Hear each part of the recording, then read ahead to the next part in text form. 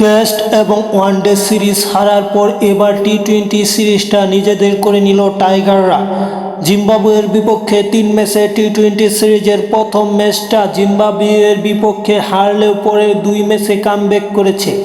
আজ সিরিজের তৃতীয় এবং সিরিজ নির্ধারণী শেষ ম্যাচে জিম্বাবুয়ের বিপক্ষে মাঠে নামে বাংলাদেশ।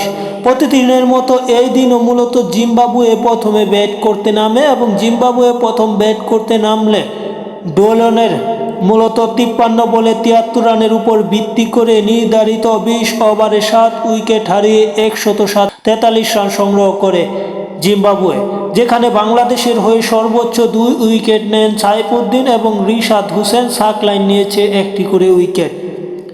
বিপরীতে 144 রানের টার্গেটে ব্যাট করতে নেমে তানজিদ তামিমের 58 বলে 66 রানের অপরাজিত ইনিংস এবং 19 বলে 24 রানের হৃদয়ের ক্যামিও এবং 22 বলে 24 রান ইমন করলে ম্যাচটা সহজেই নিজেদের নিয়ন্ত্রণে নেয় বাংলাদেশ। শেষ পর্যন্ত 4 উইকেট এবং 2 বল হাতে রেখে ম্যাচটি জিতে নেয় বাংলাদেশ।